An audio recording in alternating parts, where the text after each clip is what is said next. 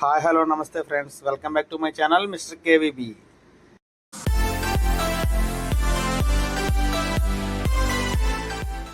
ద్వాదశ జ్యోతిర్లింగాల్లో ఒకటైనటువంటి కాశీ పుణ్యక్షేత్రం వెళ్దామని అయితే మేము ఫ్యామిలీ అయితే ప్లాన్ చేసుకున్నాం.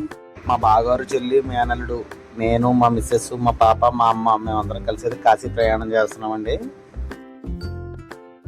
గోదావరి జిల్లా నుంచి డైరెక్ట్ కాశీ వెళ్ళే ట్రైన్స్ అవైలబుల్ లేవు కాబట్టి మేము ఆకివేడి నుంచి విజయవాడ వరకు అయితే ఒక రిజర్వేషన్ చేసుకున్నాం. విజయవాడ నుంచి మేము ప్రయాగరాజ్ వరకు నెక్స్ట్ రిజర్వేషన్ చేసుకున్నాం.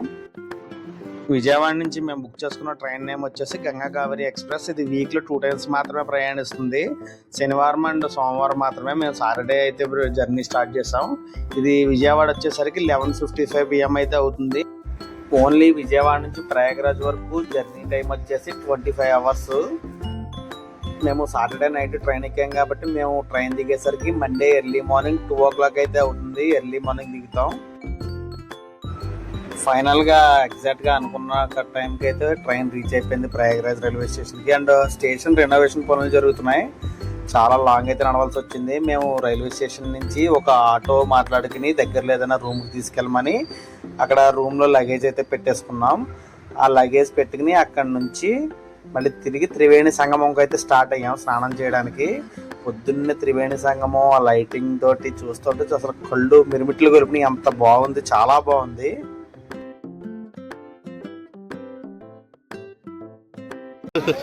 బాబు చలి రాటే చేసింది బాబోయ్.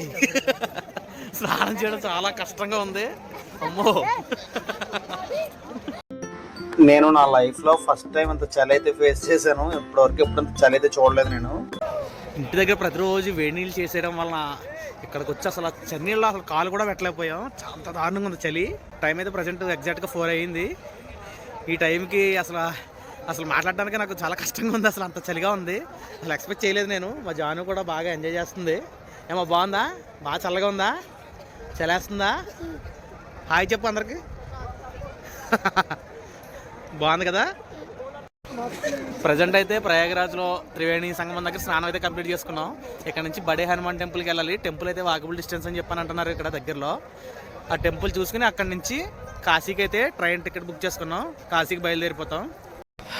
అసలు ఎంత కలర్ఫుల్గా ఉందంటే చాలా చాలా బాగుంది. ఈ లైటింగ్ ఇవన్నీ చూస్తూ ఉంటే అసలు చాలా చాలా బ్యూటిఫుల్గా ఉంది. అసలు ఈ మాఘ కుంభమేళాలో మేము కూడా పార్టిసిపేట్ చేయడం అనేది నాకైతే చాలా హ్యాపీ మూమెంట్ అనిపించింది. చూడండి అసలు ఈ టైంలో ఇంత ఎర్లీ మార్నింగ్ కూడా క్రౌడ్ అయితే ఇంకా వస్తూనే ఉన్నారు. ఇంకా ఉండే కొద్దీ అయితే కనుక జనం చాలా వరకు పెరిగిపోతారు. ప్రజెంట్ అయితే చాలా నార్మల్గానే ఉంది సిచ్యువేషను. మేము తీసుకున్న రూమ్ దగ్గర నుంచి ప్రయాగరాజ్కి దగ్గర 9 kilometers అయితే ఉంటుంది. ఆటో 5 members కలిపి 300 rupees తీసుకున్నారు. యాక్చువల్గా ఇంత ఎర్లీ మార్నింగ్ ఈ టైంలో రావడం అనేది బాగానే వచ్చినట్టే. మేము అనుకోవడం అయితే ఈ టైంలో బాగా ఎక్కువ ఛార్జ్ చేస్తారనుకున్నాను, కానీ అన్ని రీజనబుల్గానే తీసుకున్నాడు అమౌంట్ అయితే. మళ్ళీ బడే హనుమాన్ టెంపుల్కి రిటర్న్ కూడా తీసుకెళ్ళిపోమని చెప్పని మనం వాపస్ వెళ్ళిపోతామని.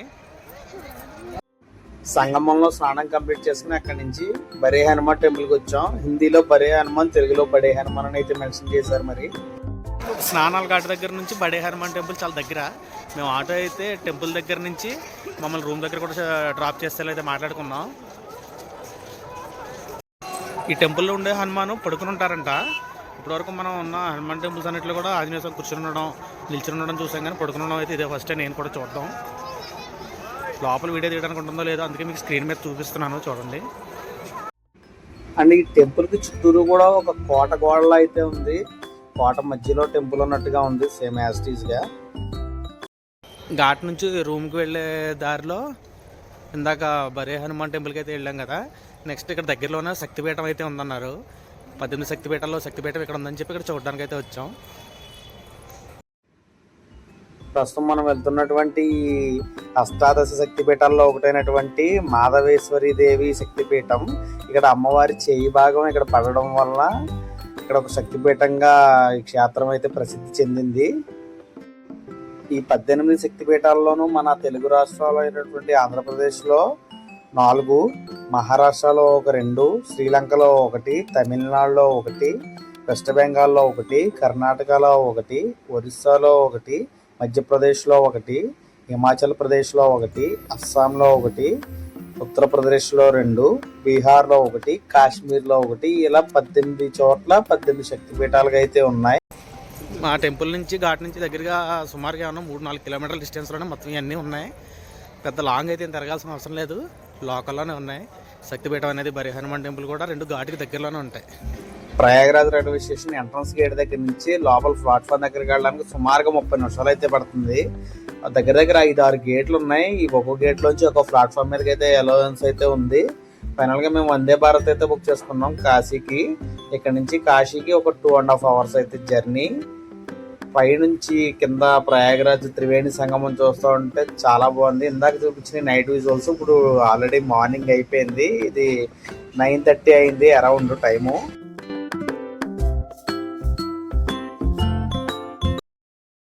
ట్రైన్ దిగిన తర్వాత డైరెక్ట్గా ముందుగా అడ్వాన్స్ ఇచ్చి బుక్ చేసుకున్న రూమ్కి అయితే వచ్చేసాం. రూమ్ అయితే పర్ డే 1500. మేము 3 daysకి అయితే తీసుకున్నాం స్టేయింగ్కి. రూమ్స్ చాలా బాగున్నాయి. అండ్ ఇంకో పాయింట్ ఏంటంటే ఈ సత్రం మన తెలుగు వాళ్ళదే.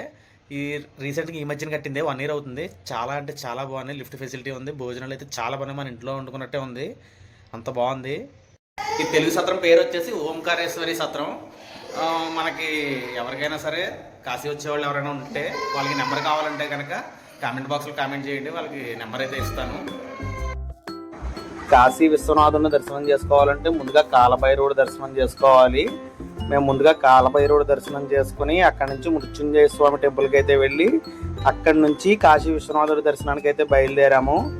ఆ విశ్వనాథుడి టెంపుల్కి 4th నెంబర్ గేట్ నుంచి అయితే మాకు లోపలికి పంపించారు. టెంపుల్ లోపలికి ఏ విధమైన mobiles, smart watches and Bluetooth ఏమీ అలౌ లేవు. సో లోపల వీడియో రికార్డ్ చేయడం అనేది అయితే అసలు పని అవ్వదు. ఆ శివయ్య దర్శనం మాత్రం చాలా బాగా జరిగింది. నెక్స్ట్ డే మార్నింగ్ టిఫిన్స్ అయితే దగ్గరలో ఉన్నటువంటి అన్నపూర్ణ క్యాంటీన్లో అయితే చేసాం. ఇది కూడా మన తెలుగు వాళ్ళదే, సేమ్ మన ఇంటి ఫుడ్ లానే ఉంటుంది. అన్ని టిఫిన్స్ కూడా చాలా బాగున్నాయి. ఇది కాకుండా వేరే చోట ఎక్కడైనా సరే మొత్తం అంతా రోటీలు తప్ప వేరే అయితే ఏమీ లేవు. ఈ కాశీ మహాక్షేత్రం చాలా చిన్న చిన్న సందులతో అయితే ఉంటుంది. మనం ఏదైనా సందులో తప్పిపోతే సుమారుగా కొంచెం టైం అయితే పడుతుంది బయటికి మెయిన్ రోడ్కి అయితే రావడానికి. అలానే కొంచెం ముందుకు వెళ్తే నందిబొమ్మ అయితే కనిపిస్తుంది. నందిబొమ్మ నుంచి మనం స్ట్రైట్గా వెళ్తే విశ్వనాథుడి ఆలయానికి అయితే వెళ్ళిపోవచ్చు, 500 meters డిస్టెన్స్. అలానే నందిబొమ్మకి లెఫ్ట్ సైడ్లో స్ట్రైట్గా వెళ్తే ఘాట్స్కి అయితే వెళ్తాం. ముందుగా మనం ఆ రోడ్లో స్ట్రైట్గా వెళ్తే మనం రీచ్ అయ్యే ఘాటు హారతి ఇచ్చే ఘాటు, గంగా హారతి ఇచ్చే ఘాటుకి అయితే రీచ్ అవుతాము. 2వ రోజు కూడా పొద్దున్నే లేచి టిఫిన్ అయి చేసేసి రెడీ అయ్యి ఆ శివయ్య దర్శనం కోసం మళ్ళీ గుళ్ళోకి అయితే వెళ్ళాము. 4th నెంబర్ గేట్ నుంచి లోపలికి రాగానే లోపల షాప్స్ అయితే కనబడతాయి. మన మొబైల్స్ అటువంటివన్నీ కూడా ఇక్కడ ఉన్న క్లాక్ రూమ్స్లో అయితే పెట్టేసుకోవాలి. అక్కడ పెట్టేసుకున్న తర్వాత వాళ్ళు వాటన్నిటికీ ఫ్రీ అంటారు, కానీ జస్ట్ అక్కడ ఉన్న ఐటెం కొనుక్కోమంటారు. అది చూను 500 rupees చెప్తారు. నేనైతే కొనుక్కోను, 100 rupees ఇస్తాను, పెట్టుకున్నాను. తీసుకున్నారు అలా అయినా. నందిబొమ్మ రైట్ సైడ్ నుంచి స్ట్రైట్ గా వెళ్తే మనం ఈ ఘాట్కి అయితే రీచ్ అవుతాము. ఈ ఘాట్ దగ్గర బోట్ రైడ్ కి తీసుకెళ్ళడానికి చాలా మంది అయితే ఉంటారు. మనం వాళ్ళు చెప్పే రేట్కి అయితే అసలు ఎక్రీ అవ్వకూడదు. 5000 to 6000 చెప్తారు. నేనైతే 2600 ఫైనల్ రేట్ అయితే మాట్లాడుకుని వాళ్ళతో బోట్ రైడ్ కి అయితే వెళ్ళాం. మేము వెళ్ళింది ప్రైవేట్ బోటు. అండ్ మనకి అలా కాకుండా క్లమ్జీగా కావాలంటే ఈచ్ పర్సన్ 300 rupees అయితే తీసుకుంటారు. దానికన్నా ప్రైవేట్ బోట్ అయితే చాలా బెస్ట్.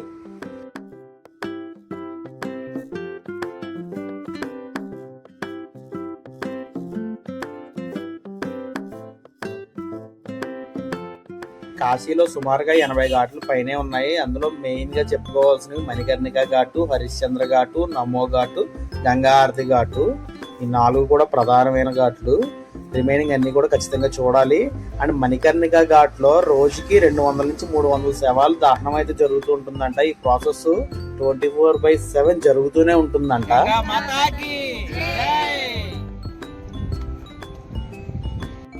సాయంత్రం 6:30కి గంగా హారతి అయితే స్టార్ట్ అవుతుంది. గంగా హారతి టైంకి ఘాట్ అసలు ఫుల్ క్రౌడ్తో నిండిపోయి ఉంటుంది, అసలు ఖాళీ ఉండదు.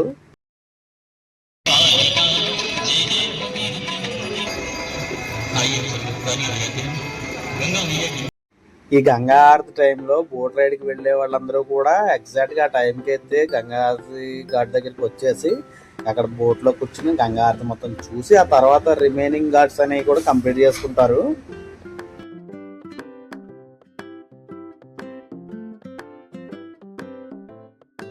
3వ రోజు పొద్దున్నే లేచి వారాహి అమ్మ టెంపుల్కి అయితే వచ్చాం దర్శనానికి. ఇక్కడ కొత్తగా ఉన్న రూల్ ఏంటంటే ఎర్లీ మార్నింగ్ 4 o'clock కల్లా మనం వస్తే మనకి క్యూ లైన్ ఉంటుంది. ఆ క్యూ లైన్లో కూర్చోబెట్టి పర్ పర్సన్కి 300 రూపీస్ తీసుకుంటారు. దీని పేరు విఐపి దర్శనం. ఓన్లీ వీళ్ళు 6 వరకు 7 వరకు మాత్రమే 300 రూపీస్ దర్శనం వెళ్ళేవాడు. ఆ తర్వాత ఎవరైనా సరే దర్శనానికి వస్తే అది ఫ్రీ దర్శనం. 7 నుంచి 10 వరకు మాత్రమే. Early morning 300 rupees compulsory charge చేస్తారు. వారాహి అమ్మ దర్శనం తర్వాత డైరెక్ట్గా రూమ్కి వచ్చేసి అక్కడ టిఫిన్ చేసేసి నెక్స్ట్ అయోధ్య అయితే బయలుదేరాము. అయోధ్యకి వందే భారత్ అయితే ట్రైన్ టికెట్లు బుక్ చేసుకున్నాము. ఎగ్జాక్ట్గా కాశీ నుంచి అయోధ్యకి అరౌండ్ ఒక 3 hours టైం అయితే పడుతుంది. ఇప్పుడు వారణాసి రైల్వే స్టేషన్కి వచ్చాము. మేము వచ్చేటప్పుడు బెనారస్ రైల్వే స్టేషన్లో దిగాము. ఇది Varanasi railway station. 2 railway stations ఉన్నాయి, వారణాసి జంక్షన్ అండ్ బెనారస్. మా ట్రైన్ అయితే వచ్చేస్తుంది. ఇప్పుడు ఇక్కడ నుంచి అయోధ్య అయితే వెళ్తున్నాం. అయోధ్య రైల్వే స్టేషన్ అసలు ఏమాత్రం ఎయిర్పోర్ట్కి తీసుకోదన్నట్టుగా ఉంది. అయోధ్య రైల్వే స్టేషన్ చూడగానే అసలు ఎయిర్పోర్ట్కి వచ్చామా అనే ఫీల్ అయితే వస్తుంది. ఖచ్చితంగా అంత బాగుంటుంది. ఈ రైల్వే స్టేషన్ ఫస్ట్ ఫ్లోర్లో మొత్తం అంతా ఓన్లీ వెయిటింగ్ హాల్ టైప్ ఇచ్చేసారు. కింద నుంచి రైల్వే ట్రాక్ అయితే వెళ్తుంది. పైనుంచి అయితే ఇటు నుంచి అటు ప్లాట్ఫామ్ దాటడానికి రైల్ ఓవర్ బ్రిడ్జెస్ ఉంటాయి కదా, ఫుట్ ఓవర్ బ్రిడ్జెస్. సేమ్ అలానే ఫుట్ ఓవర్ బ్రిడ్జెస్ కాకుండా పెద్ద హాల్ లాగా డిజైన్ చేస్తారు. మొత్తం ఈ కనపడే హాల్ అంతా కూడా 5th floorలో ఉంది. కింద నుంచి రైల్వే ట్రాక్స్ అయితే వెళ్తున్నాయి. ఇక చూపిస్తాను చూడండి. ఇక కింద నుంచి అయితే ట్రైన్స్ అయితే వెళ్తున్నాయి. పైన మొత్తం కంప్లీట్గా ఒక హాల్ అయితే ఉంది. అసలు ఎయిర్పోర్టా రైల్వే స్టేషన్ అన్నట్టుగా ఉంది. అంత బాగుంది అయోధ్య రైల్వే స్టేషను, చాలా బాగుంది.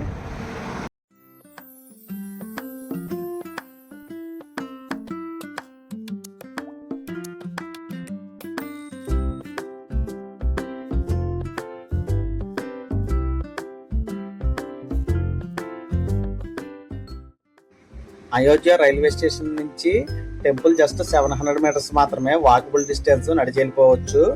అండ్ ఇంకొక మెయిన్ పాయింట్ ఏంటంటే టెంపుల్ ఆర్చ్ దగ్గర నుంచి లోపల బాలరాముడి దర్శనానికి సుమారుగా ఒక 2 kilometers నడవాల్సి ఉంటుంది. చాలా డిస్టెన్స్ అయితే ఎక్కువ. అండ్ కన్స్ట్రక్షన్ కూడా ఇంకా జరుగుతూనే ఉంది. అండ్ మా రిటర్న్ ట్రైన్ వచ్చేసి మళ్ళీ 5:30కే. సో టైం తక్కువగా ఉంది అని చెప్పి మేము ఇక్కడ ఒక గైడ్ అయితే మాట్లాడుకున్నాం. అతను మొత్తం అందరికీ కలిపి 600 రూపీస్ అయితే ఛార్జ్ చేశాడు. అతను స్పెషల్గా అయితే ఏం తీసుకెళ్ళలేదు, కానీ విఐపి దర్శనం అని చెప్పాడు. కానీ చాలా స్పీడ్గా తీసుకెళ్ళాడు.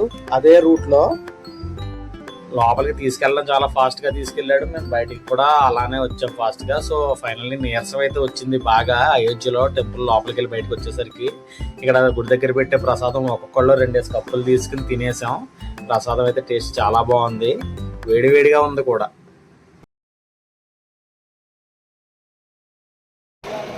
మేము ఎగ్జాక్ట్గా ప్లాన్ చేసుకున్న ప్రకారం అయితే ఆల్మోస్ట్ జరిగిందని అనుకుంటున్నాను.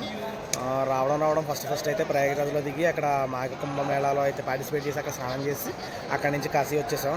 యాక్చువల్గా కాశీ అనేది ఒక రోజులో సరిపోతుంది అనుకున్నాం, కానీ అదైతే తప్పు. కాశీకి ఒక రోజు సరిపోదు. తక్కువ మినిమం 2 days అయినా ఉండాలి ఖచ్చితంగా. ఇంకా ఎబో ఉంటే కనుక సాటిస్ఫాక్షన్ అయితే వేరు. 1 day అయితే సరిపోతుంది ఎట్టి పరిస్థితుల్లోనూ. మేము 1 day కాశీలో స్పెండ్ చేసి నెక్స్ట్ డే గయా వెళ్ళి మళ్ళీ రిటర్న్ వచ్చేసి నెక్స్ట్ డే అయోధ్య వెళ్ళి మళ్ళీ రిటర్న్ వచ్చేసి తర్వాత మా ఊరికి అయితే రిటర్న్ అయిపోదాం అనుకున్నాం. కానీ అదైతే అసలు పాసిబుల్ అయితే అవ్వలేదు. కాశీలో 1 day అయితే సరిపోలేదు. ఇంకా 2nd day గయా ప్రోగ్రామ్ అయితే క్యాన్సిల్ చేసుకుని మేము కంప్లీట్గా కాశీలోనే ఉండి అక్కడ దగ్గరలో ఉన్నటువంటి ఘాట్లు ఇంకా చిన్న టెంపుల్స్ ఇవన్నీ కూడా కంప్లీట్ చేసేసుకున్నాం. ఇవాళ మా 3rd day అయోధ్య వచ్చేసాం. అయోధ్య వచ్చి బాలరాముడి దర్శనం చేసుకున్నాం. అక్కడి నుంచి మళ్ళీ తిరిగి కాశీ అయితే బయలుదేరిపోతున్నాం. ఈరోజు మిడ్-నైట్ అయితే మాకు విజయవాడ ట్రైన్కి బయలుదేరిపోయి అక్కడి నుంచి మళ్ళీ మా ఊరికి రీచ్ అయిపోతాం. ఓవరాల్గా ఇది మొత్తం 6 days ట్రిప్లో ఓన్లీ ట్రావెలింగ్ పోను ఇంకా 3 days మాత్రమే మేము స్పెండ్ చేయడానికి అయితే ఉంది. 3 days ట్రావెలింగ్లోనే వెళ్ళిపోతుంది. ఈ 3 days ఎక్స్పీరియన్స్ కూడా మా ఫ్యామిలీ మెంబర్స్ ఏం చెప్తారో మీరు కూడా వినండి. వాళ్ళు చెప్తారు వాళ్ళ ఎక్స్పీరియన్స్ అనేది. కాశీ అయితే లైఫ్లో ఒకసారైనా రావాలని నాకు అనిపించింది. వన్స్ వచ్చిన తర్వాత నాకు అనిపించింది మళ్ళీ రావాలని అనిపించింది. ఈ ఫీలింగ్ ప్రతి ఒక్కరికైతే కలుగుతుంది. అంత బాగుంటుంది కాశీ. నేను అసలు ఎక్స్పెక్ట్ చేయలేదు.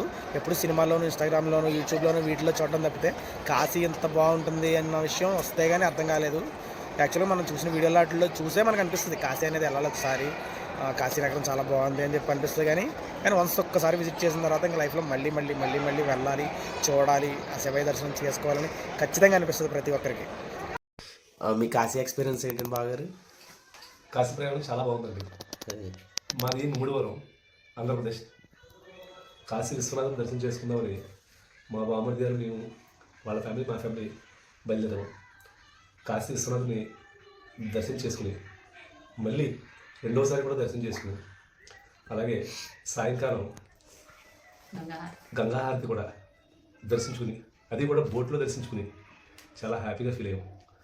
అలాగే అక్కడ నుండి అయోధ్య రామాలయం టెంపుల్ కూడా ఇలా అది చాలా బాగుంది, చాలా అద్భుతంగా ఉంది. ఇది మా ప్రయాణం కూడా చాలా ఈజీగా అయ్యింది. అలాగే మీరు కూడా కాశీ విశ్వనాథుని దర్శించుకుని తరించండి. నీ కాశీ ఎక్స్పీరియన్స్ ఎలా ఉందో చెప్పమ్మా. కాశీ బాగానే ఉంది, దర్శనాలు బాగానే, దాని గుళ్ళు బాగానే అయినాయి, దర్శనాలు అంతా బాగానే ఉంది. కాకపోతే ఏంటంటే పెద్ద వయసు వాళ్ళు కొంచెం ఇబ్బంది పడతారు. వాళ్ళు కొంచెం మందులు తెచ్చుకుంటే బాగుంటుంది. చిన్నపిల్లలు కూడా చాలా ఇబ్బంది పడతారు. చిన్నపిల్లలు తీసుకురాకండి. 5 సంవత్సరాలు దాటిన పిల్లలు అయితే బాగుంటుంది ప్రయాణం. భోజనాలకు కానీ ఎట్లకి కానీ ఏ ఇబ్బంది లేదు, అంతా సౌకర్యంగా ఉంది. దర్శనాలు అన్ని దర్శనాలు బాగా జరిగినాయి అంతే. శిరీష, నీ ఓవరాల్ కాశీ ఎక్స్పీరియన్స్ ఏంటో చెప్పు. చాలా బాగుందండి జర్నీ అయితేని. దేవుడి దర్శనం మాత్రం బాగా జరిగింది. త్రివేణి సంఘం, కాశీ, అయోధ్య ఈ 3 దేవుల దర్శనం మాత్రం చాలా బాగా జరిగింది. ఈ పుణ్యక్షేత్రం మాత్రం చూడవలసిన క్షేత్రం అండి ఇది. ఈ గుడి అందరూ కూడా వచ్చి బాగా చూస్తే బాగుంటుంది. జర్నీ అయితే మీతో ఫస్ట్ టైం కాబట్టి ఇది రావడం నాకైతే చాలా బాగా అనిపించింది. పిల్లలతో ఎవరైనా వచ్చిన వాళ్ళు ఉంటే కనుక లగేజ్ అది తగ్గించుకొని వస్తే బాగుంటుంది. వాళ్ళకి అయితే జర్నీ అయితే బాగా జరిగింది, హ్యాపీగా అనిపిస్తుంది నాకైతే. ఆ విధంగా మా కాశీ ట్రిప్ అయితే కంప్లీట్ అయింది. నేను కాశీలో 1 రోజు కాదు 2 రోజులైనా ఉండాలని అన్నాను కదా. 2 రోజులు కూడా సరిపోదు, ఖచ్చితంగా 5 రోజుల పైన అయితే ఉండాలి. అప్పుడే మనం కాశీ మొత్తం కంప్లీట్గా చూడగలం, చిన్న చిన్న టెంపుల్స్ అన్నీ కూడా విజిట్ చేయగలం. నేను ఈ కాశీ ట్రిప్లో ఫుల్గా నాకు ఎక్కడ స్టే చేయాలి, ఎక్కడ ట్రైన్ దిగి ఎటు వెళ్ళాలి అని కంప్లీట్గా అయితే నేనైతే తెలుసుకోగలిగాను. ప్రజెంట్ అయితే రిటర్న్ జర్నీలో ఉన్నాం. మేము లక్నో రైల్వే స్టేషన్కి అయితే వచ్చేసాము. లక్నో నుంచి విజయవాడకి తీసుకున్నాం టికెట్స్. ఓకే ఫ్రెండ్స్, వీడియో అయితే నచ్చితే లైక్ చేయండి, మీ ఫ్రెండ్స్ అండ్ ఫ్యామిలీ మెంబర్స్ కూడా షేర్ చేయండి.